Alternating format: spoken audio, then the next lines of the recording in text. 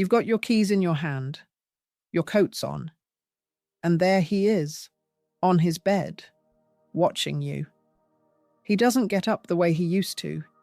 He just lifts his head, and he tracks you across the room with those old eyes. And he waits to see whether this is the kind of leaving where he comes to. And then you open the door, and you do the thing we all do. You look back, just for a second, and then it closes, and you're in the car. And somewhere on the way to work, a small voice asks the question you can never actually answer. What does he do in there all day? I want to answer that today, as honestly as I can. And I want to start by telling you the ending, because I don't think you should have to wait for it. He's almost certainly fine. More than fine. For the great majority of the time you're gone, your old dog is asleep in a warm spot, and he is at peace. I'm Dr. Nora Bennett, and this is Old Dog, Good Life. Today, I want to walk you through his day, from the click of the door to the moment you come back. What actually happens in there, and what's different about it now that he's older? And stay with me, because the single most useful change you can make doesn't happen while you're gone at all. It happens in the 10 seconds before you leave.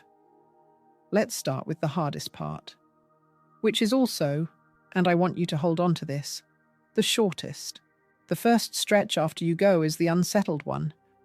That's when you'd see the pacing if you had a camera, the walk to the door, the listen, the lying down and getting back up and lying down somewhere else. Some dogs give a bark or two. Some just stand in the hallway for a while, working out whether that was really it. That part is real, and I'm not going to pretend it isn't. But here's what owners almost never see, because the camera clip they watch is always the first 5 minutes. That stretch passes. For most dogs, it settles within the first half hour or so, and then the day becomes something entirely different. The beginning of your absence is a chapter. It is not the shape of the whole book. Now, there's something specific to an older dog here that I think is worth knowing. As hearing fades, and it does fade, in most dogs, gradually, he may not track your leaving the way he once did. He used to hear the keys, the coat, the particular sound of your feet in the hall, and he had a full minute of warning to get ready for it. Now, sometimes he looks up, and the room is simply empty. That doesn't mean he's suffering. It means the departure can land a bit more abruptly than it used to, and that's actually useful to know, because it's fixable, and I'll come back to it. So, he's settled. Now we're into the long middle, which is most of it, and I'll tell you plainly where that time goes. He sleeps. Older dogs sleep a tremendous amount, and that is not a sad fact. It's a normal one. An aging body does a lot of its repair work asleep, and a quiet house with no one to keep an eye on is very good conditions for it. If you had a camera on him through the middle of your day, most of what you'd watch is a dog breathing slowly in a patch of sun. He shifts. He stretches. He gets up for a drink. He finds the cooler tile or the warmer rug, depending on the hour, and he goes back down. That's the honest answer. Most of it is rest. It isn't nothing, though. His day has texture, even when nothing happens in it. The sun moves across the floor, and he moves with it.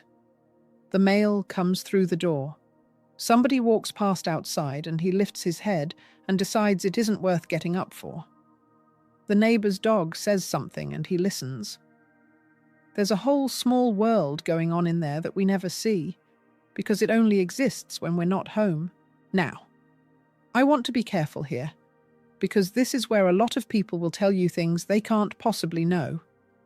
I can tell you what dogs do when they're alone, because we can watch that.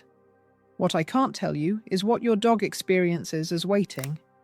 Nobody can. Anyone who tells you exactly what's going through his mind is guessing, and I'd rather be honest with you than sound certain. But I can tell you this much. What he does, mostly, looks like rest, not vigil, not misery. Rest. Let's move to my favorite part of the day, the part before you get home. Dogs are extraordinary at patterns, and the end of your absence has a pattern all over it. Long before the key, there are things he knows. A particular car on the street, footsteps he's heard 10,000 times, the rhythm of the building at that hour, the light in the room going the color it goes when you tend to come back. Owners tell me all the time that their dog is already at the door before they've even parked. That's not magic, and it's not sadness. That's a dog who has learned the shape of his evening. And then you come in, and you get the greeting. Here's the part I really want to reframe for you, because I think it's the single most misread moment in a dog's day. That big welcome, the wagging, the wiggling, the bringing you a shoe. A lot of owners look at that and think, look how much he missed me. Look how hard that must have been. That's not what a greeting is. Dogs do arrivals big. That's simply how they do them. An enthusiastic hello is not evidence that the hours before it were painful. It's evidence that you're his favorite thing that happens all day. And a note for you specifically, with an older dog. His greeting may have gotten smaller, slower. Maybe now he thumps his tail and waits for you to come to him when he used to meet you at the door. I've heard that one described as heartbreaking, and I understand why. But please hear me on this. That is not love fading. That is a sensible old body deciding it doesn't need to sprint to say hello to someone who's coming over anyway. He's just as glad. He's simply more efficient about it. So, what can you actually do? Because that's why we're here. 4 things, and they're all free. First, and this is the one I promised you, make your leaving boring. I know that sounds cold. It isn't. The long, emotional goodbye, the hug, the sorry buddy, the I'll be back soon in the special voice. That ritual is for us. It doesn't reassure him. If anything, a big, anxious build-up tells him something significant is happening right before you vanish. A calm, ordinary, low-key exit is genuinely easier on a dog than a drawn-out one. And if his hearing has faded, a light touch and a word as you go, so he registers it, is kinder than slipping out silently and leaving him to discover the empty room later. Second, leave the same comfort behind every time. His bed in the spot he's chosen, water where he doesn't have to go far for it, and the temperature reasonable. In an older dog, being warm enough and not having to travel across a slippery floor to drink genuinely matter. Some dogs settle better with a radio or a television on low, just for the sense of a house that isn't completely empty. Third, aim your effort at that first half hour, since we know it's the hard part. Something to occupy him right after you go, a chew he likes, a treat toy, something that takes some working at. Bridges the exact stretch that's unsettled. By the time he's finished, he's usually ready to sleep anyway. Fourth, keep the homecoming calm too.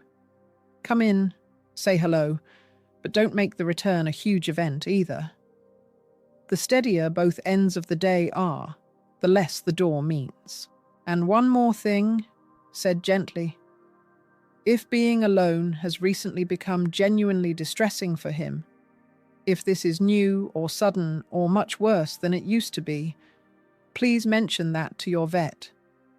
Not because I want to worry you, but because in an older dog, a change like that can have a physical reason underneath it, and that's worth ruling out. New and sudden is always worth a phone call. So let me leave you with the thing I most want you to take out to the car with you tomorrow morning. He is not lying by that door counting the hours. He isn't keeping score.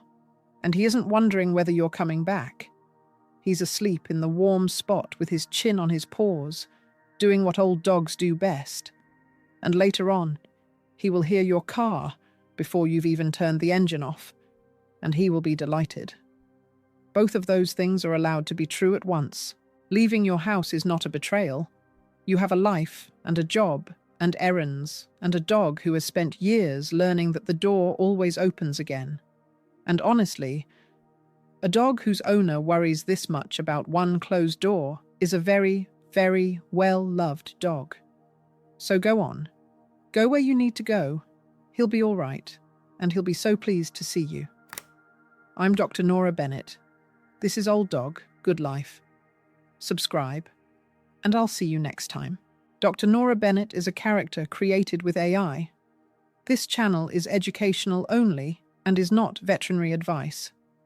If you're worried about your dog, please talk to your own vet.